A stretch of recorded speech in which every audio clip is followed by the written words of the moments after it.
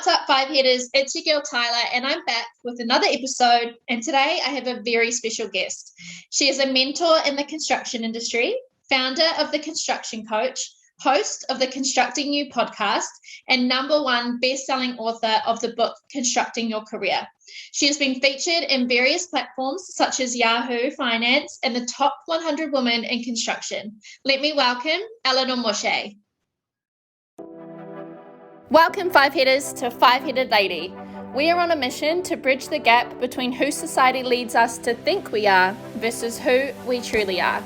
Exploring the journey, we will challenge you to open your mind, spark conversation, and take action on yourself, one episode at a time.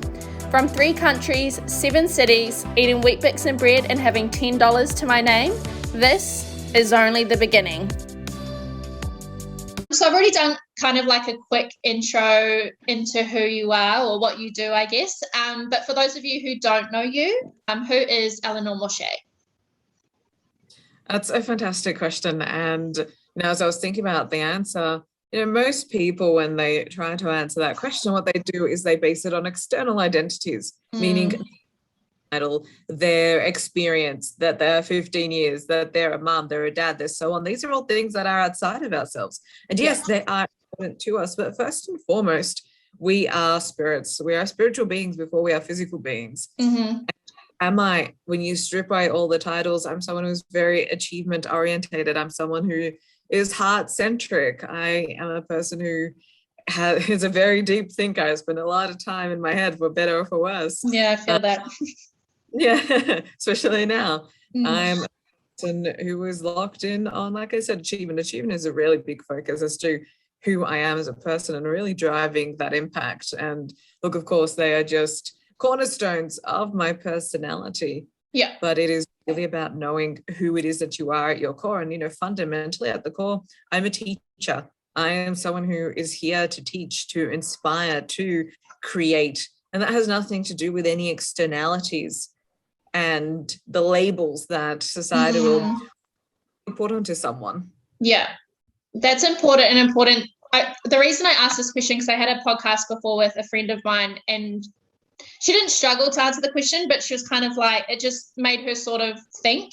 And I think why I asked that question is because a lot of people, when you do ask that question, they're kind of taken back by it because they don't know really how to answer it. And then they say, oh yeah, I'm a mum, or I do this, or I do that. But those are all constructions. They're all labels that, deemed from society or what you do in the workplace or something like that. And that's kind of something that I want to strip from people so that they understand like who they really are as a spiritual being, not just a physical being, in this world.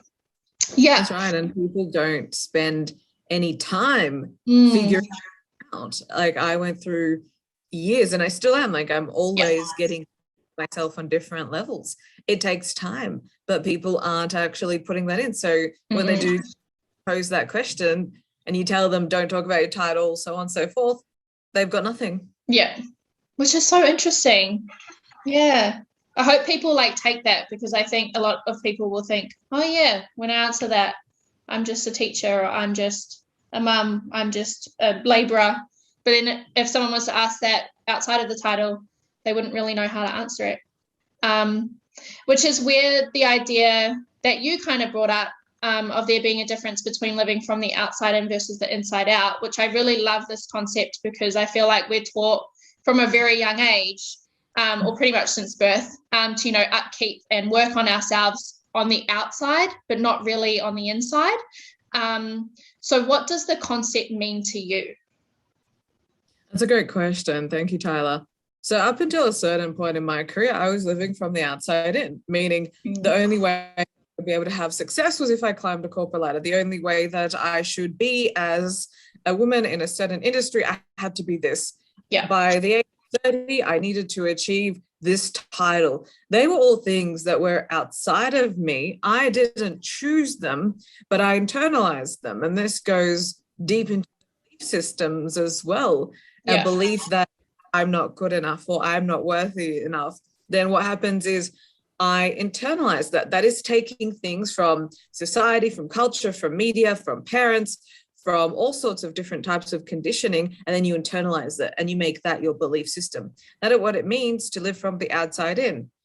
Living from the inside out requires you to shut the doors first on the outside world and to say, hang on, why do I need to, let's say, climb the corporate career? I don't actually want that. Yeah. So it starts with rewriting your own story, your own project that you're going to work on, and saying that this is my vision. This is what I want. These are my values. This is my passion. Yeah. This is my purpose. This is what all of me is here to do. And this is what I'm going to live in alignment with. Yeah. Because when you're in alignment from the inside out, that's when things flow. That's when you're automatically raises. But when you're living from the outside in, you can never be in alignment because it has nothing to do with you. What you're trying to do is to fit your whole existence into this tiny predetermined box, which you didn't even choose. No wonder people are unhappy, they're unfulfilled, they're disconnected from their spiritual world, they are not progressing, they're constantly stuck, they have disease, so on and so forth. Yeah.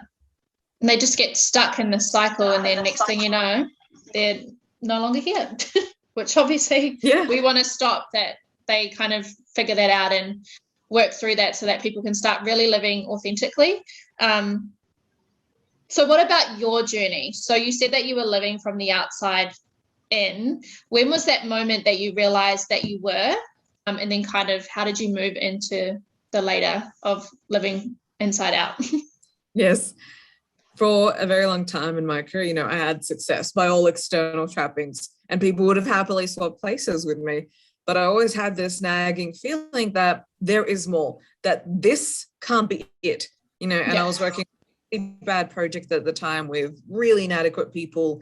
And I felt really lost and really stuck because I started feeling a different side of myself that wanted to be more creative, wanted to, really lift the ceiling that I built for myself. And I got to a point where I felt so lost, so stuck, and I diminished myself completely. I gave away so much power over my person, over my career. And it was one October morning, it was grey, and I was standing in a site shed and I was looking out the windows. And if you're familiar with site sheds, they've got bars on them. And it felt like under physical prison. And I was staring at the damn gravel. I'm like, this can't be it. Yeah. This cannot be the reason that I was put on this earth to have a human experience, to come and do this on rinse and repeat, day in, day out. For what? I don't get my time living in alignment with my passion. I don't get to create anything. It was like I felt that my soul was being suffocated, and I realized that I'd given up, as I said before, too much of my agency. So that was the moment, that was the pivotal moment that said, you know what, I'm going to spend the time, I'm going to follow my vision. My vision, I didn't know how it would come into fruition, but because I believed enough, then the universe, of course, aligns the right people and opportunities that will allow you to create the how. And that's what happened for me. And it was through meeting my thought leadership mentor that a whole new world of not just having a career, but having a life outside society once you really opened up for me. And that was probably the second most pivotal moment.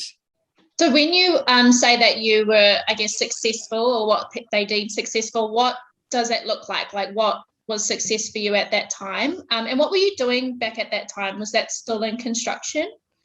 So I know you were on construction. Yes. I was working on project delivery, and you have the 6-figure salary, you're put on one of the best projects in the company. If you get on a checklist, it was all tick, tick, tick. And for me, there was not one box that was possibly ticked. I mean, I hated every single day during that time. It was painful to me. And that in my physical responses as well, it manifested in my body. And, back then it was, people would say, you shouldn't complain, or you should be happy, or you should just, I know you want more, but you should wait, or this is the only way that you should go about it. I mean, my then mentor, I started expressing, and I didn't know the words to express the fiction. I didn't have the vocab to say, hey, my paradigms are shifting. I didn't know how to say that. And my then mentor, who, that relationship obviously ended, would say, you should just be happy. If you want to be a business owner, then just wait 20 years and work really, really hard, and you may get an opportunity. I'm like, I cannot bank on that. No, Yeah. 20 years of my life for a promise and a whim and a woe, forget about it. So yeah, people say then you should just be happy, just be humble, just, you know, stay in your box, so on and so forth. But that had nothing to do with what success does truly mean to me, which is I want to do what I want, when I want, with whom I want, how I want. That is a universal definition. 100%. Yeah. To live out the life and lifestyle that I design. So in order to happen, who do I need to be? What kind of value do I need to add? What impact do I need to have in order to have that? And then that's when things got really exciting. And now success is measured, really, for me, it's the value that I deliver. It's the impact and the transformation that I can deliver onto others. That is the true metric of my success right now. That is my result. Not if someone shows up to work and stays there the longest. Yeah. You actually transform someone, again, from the inside out. Yeah. And there is nothing fulfilling to be able to do that. Yeah, that's awesome. I love that because I can totally resonate with that. I've been through so many jobs because I don't like working for people. I don't find passion in that. I know I want to do my own thing. I'm still in that process. I'm still working through that. But so many people just stay for whatever reason, I don't know. And they try and claim it as loyalty. And I'm like, it's not loyalty. They're just staying because they don't think there's another option. And I'm at a company at the moment who are offshoring a lot of their work. So that whole team is going. And a lot of them that have been there for so long. And it's only now that they've realized that they don't really matter to the company. Like they're just really a number.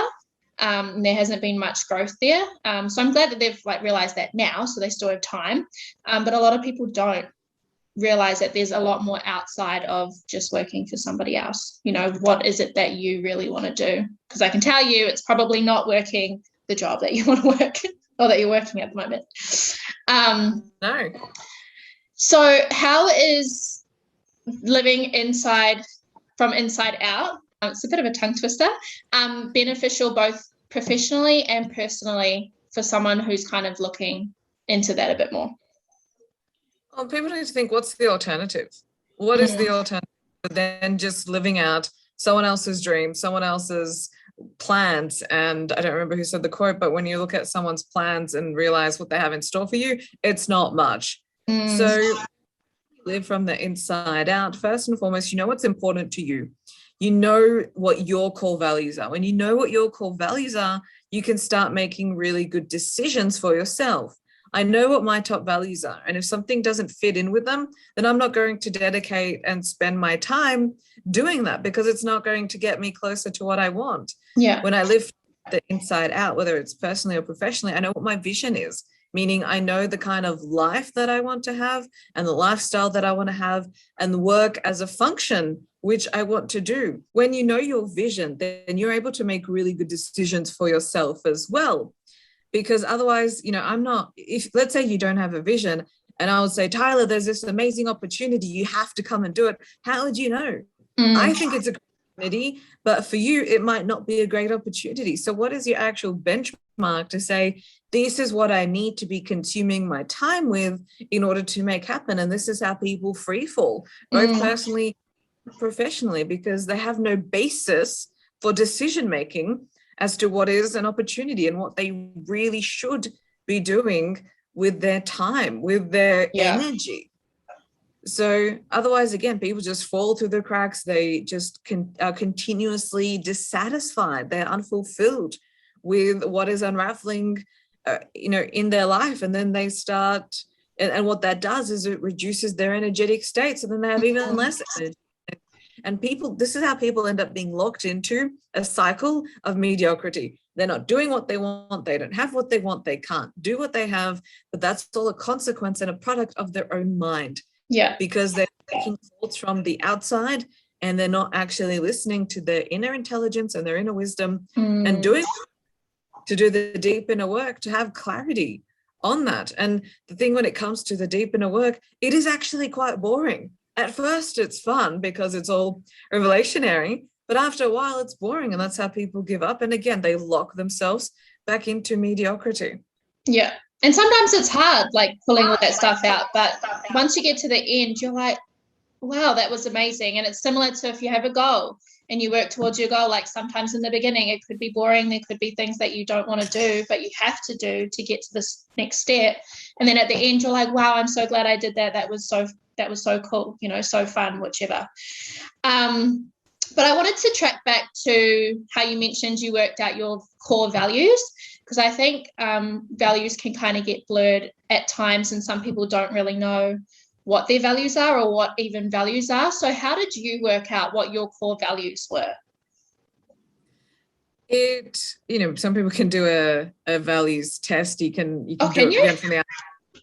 Yeah, there's all sorts of tests that you can do. I didn't do any test and I still haven't. I wonder what it would spit out. Yeah. But I got clear on it through my mentoring process. And it was actually as simple as, for the first time, being asked, what are my values? Because I remember there was an event that I went to in 2017 and the speakers said, pull out your phone and write down your top 4 values. I had no idea, and that really struck me. So then I started, thinking in the direction of what's important to me, and the core value that came out was time freedom. That is my number one overarching value, because if I don't have that, I do not feel fulfilled as a person. But the thing with values that people need to realize is that I don't choose them. They choose me. Everyone has a unique set of values and I don't get to choose them. They choose me. My job is to live in alignment with them. So I know that time freedom is really, really important to me. For other people, it's going to be family. For other people, it's going to be wealth. For other people, it's going to be significance.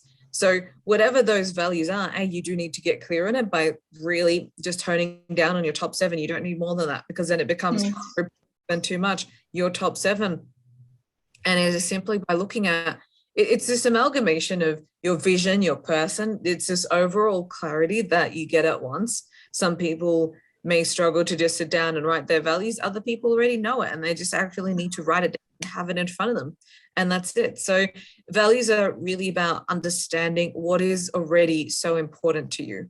Yeah, cool. Even I'm like, I need to do this. Like, I sort of have an idea, but I'm still getting a bit clear on a few of them. So that's really cool. Thank you. What's the most common block that you see from enabling people to live from the inside out? Like, what blocks them the most? What's the most common denominator, you think? It always comes down to one thing, and that is their mindset. It all starts with the mindset. Your mindset, your paradigms, how you see the world. I can't go and say, hey, Tyler, you can be an amazing entrepreneur. You can have, the greatest impact. You can, have so much time for your family, whatever it is that's important to you.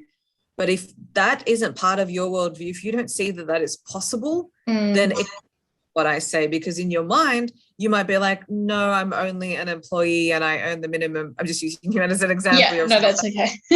You might say, no, I'm only an employee and I don't have any value and I'm only on the minimum wage and I have debt and I have this, so on and so forth. The excuses can be around until the end of time. That is your paradigm.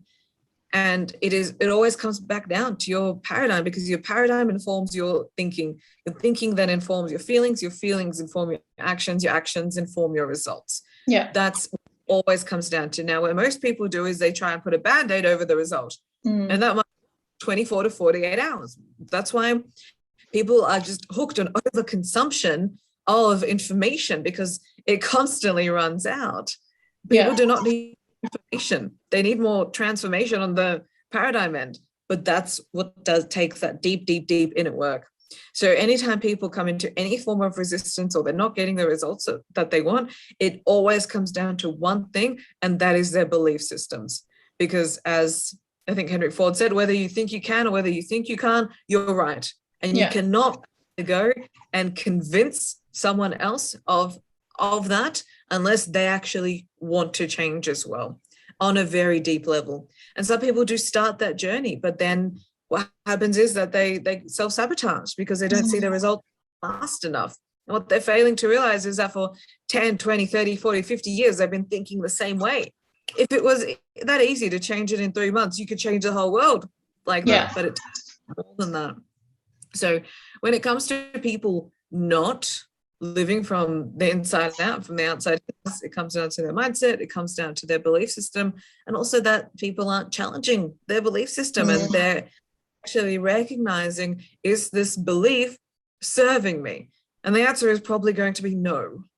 I think also if the belief is theirs, because I feel like we're all just constructed, or I can't think of the word, but everything is being taught in some way, shape or form, whether it's your parents, your friends, your aunties, your uncles, society, in some way. I think once people start to really deep dive inside themselves, they will start to realize that what they have been thinking or believing or following generally isn't them at the core. Would you agree? 100%. It's not. It really isn't. And this is where people, when they adopt these external identities, they're immediately ceiling on their own development. I'll give you an example. You know, the whole gender dialogue. I don't fall into the gender dialogue. When I started in the construction industry, I fell into that gender narrative. And what happened, I was internalizing all these things that had nothing to do with me, i.e. women get underpaid, women so on and so forth. And then you just became so, you really believed this. And then what that did was that informed my actions. But then I'm like, hang on, the actions from beliefs are not getting me the results that I want. Yeah. So that conversation, I literally just closed the tap on that conversation. And this is a very unpopular opinion in the industry. And what I did, I worked on myself, because potential doesn't recognize gender, race, religion. It has nothing to do with any of those things. Potential is infinite. So when I actually switched off that narrative, I don't fall into any of those categories, because I focused on value, and value has nothing to do with the chemical composition. It has everything to do with your spiritual ability. So that was one belief that people don't challenge, that they're not, I didn't even choose that. And this is where people really need to challenge, because you see belief everywhere doesn't also mean that it's true. Because once you adopt it and you're like, hang on, I'm going to dispose of it, and I'm going to work on myself, my mindset, my skill set, and add value to other people, they're going to find out this belief never served me in the first place. Yeah. Disposing of that belief and going against the grain. Yeah, I totally agree with that. So if someone is listening to this and they're really fired up to, start living from the inside out, but they don't really know how would they start? What would be that first step? What would you advise? The first question that I asked myself that changed the trajectory and even the conversation for me was sitting down with a question: what do I really, really, really want? And like a very simple question, but if you get people to write out a page that articulates this, well, what they'll be doing is using the rear view mirror to design the future. When you use the rear view mirror to design the future, you're going to get the exact same results. And I'm in consultation with hundreds of professionals in the industry, and I always ask that question. And some people 15, 20 years in the industry are like, wow, I've never been asked that question. I don't know. Yeah, so they've never had the time to think about it, I guess, because they're just on this like train track to the corporate world, I guess. Autopilot, 100%. Yeah, autopilot, yeah. An autopilot, and they've never actually stopped thinking, hang on, what do I really, really want? So it sounds like a simple question. It's not. And when I first was asked that question by my then mentor, and that mentoring relationship expired back when I started in corporate, the only thing that I could say was, I want to work on site. What does that even mean? I don't even want to work on site now. So I couldn't answer that question. And this really struck me, because even then I was someone who was really career orientated and ambitious, but I couldn't answer the question. So where the hell was I going? Who knows? So I really do encourage people, especially right now, like this couldn't be a more timely episode. So kudos to you, Tyler, for the content and the questions, because if people aren't thinking about what they want, they're just going to be handed what everyone else gets. Yeah, 100%. And I think that's why I kind of started it at this point, because I was like, a lot of people with what's going on in the world have started to sort of open those doors, but there's still so much more that they need to kind of do. And I see it, and there's so much potential that they have, but they're just getting caught up in everything. And I'm just like, this is the perfect time for you to actually open that up and really see what's in there, because once this is all over, the world's yours. Like, just do, you have so much, this is the time, because you can't do much anyway, to utilize it as much as you can, because you're not going to get it back. So that's right. And it is a deplorable time, to say the least. And even for me, the thing that gets me going every single day is A, gratitude, and B, the vision and the purpose. If I have that, it would be a very dark and hollow place, and unfortunately that's where many people are. So hopefully that is as the awakening. Yes, well, the world awakening, hopefully. Awesome. Well, that's all I have for today. But Elinor, that was amazing. Thank you so much for joining me today. It has been a pleasure. If people want to look you up or work with you, where can they find you? They can connect with me on Instagram at Elinor Moshe _, on LinkedIn, Elinor Moshe, and for any mentoring opportunities, elinormoshe.com. Awesome. And I will put those down in the comments for you guys as well, if you want to check them out. But Five Headers, if you do want to hear more stories like this, then please head on over to Five Headed Lady on Facebook, Instagram, and YouTube, and make sure you join us next week for a new episode.